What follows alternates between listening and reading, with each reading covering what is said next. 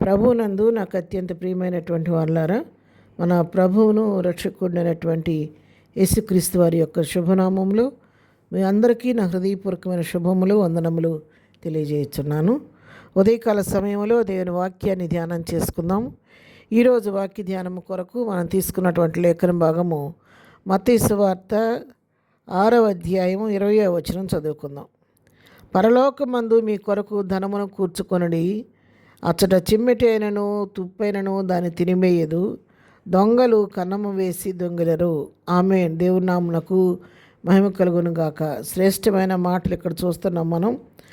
మనం ధనము పరలోకంలో మీ కొరకు ధనం కూర్చుకోమని చెప్తున్నాడు. పరలోకంలో ధనం కూర్చుకుంటే ఏమవుద్దంటే ఇంకా దానికి డోకా లేదు. ఆ ధనాన్ని ఎవ్వరూ దొంగిలించరు, దానికి తుప్పు పట్టదు, దానికి చిమ్మెట పట్టదు, ఏ భయము లేకుండా ఎంతో సురక్షితంగా పరలోకంలో మన కొరకు ధనం దాచిపెట్టుకోవచ్చు. ఆ ధనం దాచిపెట్టుకున్నప్పుడు ఆ ధనాన్ని ఎవ్వరూ దొంగిలించరు, చిమ్మెట పట్టదు. కాబట్టి అది మన కొరకు ఎంతో సంతోషకరమైనటువంటి విషయంగా ఉంటుంది. అది మనకు ఒక నిరీక్షణ, నా కొరకు పరలోకం ధనం ఉందనే విశ్వాసం, నిరీక్షణ మనకు కలిగి ఉంటుంది.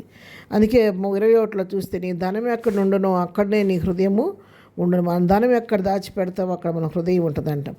సపోజ్ మనకు ఈ లోకంలో ధనము ఉన్నప్పుడు ఆ ధనాన్ని మనం ఏం చేస్తాం, బ్యాంకుల్లో దాచిపెడతాం, లేదా కొన్నిసార్లు ఇంట్లోనే పెట్టుకుంటాం, కొన్నిసార్లు మన ఇంట్లోనే లాకర్స్ పెట్టుకొని వాటిలో పెట్టుకుంటూ ఉంటాం. కానీ మన మనసు ఎక్కడ ఉంటుంది అంటే మనకు తెలియకోకుండానే మన మనసు, మన హృదయం ఆ ధనమున్న దగ్గరే మన మైండ్ ఉంటుంది.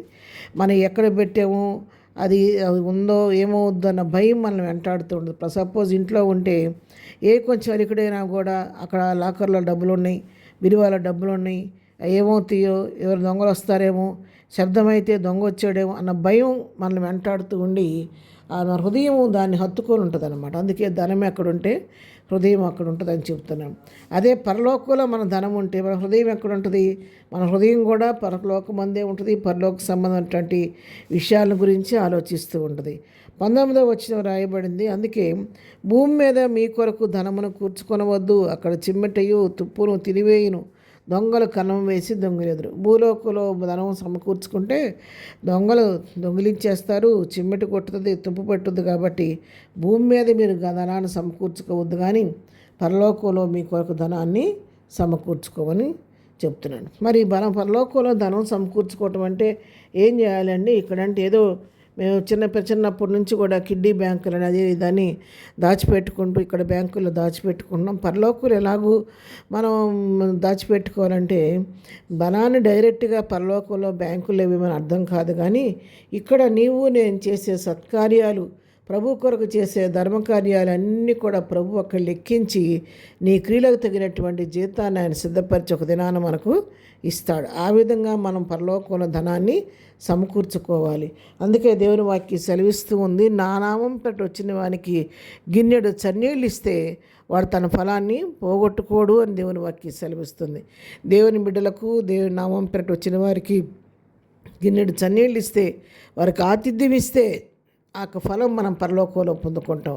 ఇక్కడ ప్రభు కొరకు మనం శ్రమ పెడితే, మరి ప్రభు కొరకు పరిచర్య చేస్తున్నప్పుడు ఏదైనా శోధనలు, శ్రమలు ఎదురైతే ఆ శ్రమలకు ఫలితంగా అక్కడ పరలోకంలో మనం ధనాన్ని పొందుకుంటాం, ఆశీర్వాదాన్ని పొందుకుంటాం, దీవెని మనం అక్కడ పొందుకుంటాం. కాబట్టి ఇక్కడ ప్రభు కొరకు నువ్వే సత్కార్యం చేసిన, ప్రభు పనిలో మన ఆర్థికంగా సహకరించిన, ప్రభు మందిర విషయంలో సహకరించిన, ప్రభు దైవ సేవకులను మరి ఎంతోమంది కడుదీనులుగా పేదలుగా ఉంటారు దైవ సేవకులు, అలాంటి వారికి నీ చేయి చాపి వారికి సహాయం చేసిన, ప్రభువు పేరట నువ్వు చేసిన ఏ సహాయం చేసినా దాని ఫలాన్ని నువ్వు పరలోకంలో పొందుకుంటావు. కాబట్టి ఆ విధంగా పరలోకంలో ధనమును సమకూర్చుకోమని దేవుని వాక్యం సెలవిస్తూ ఉంది.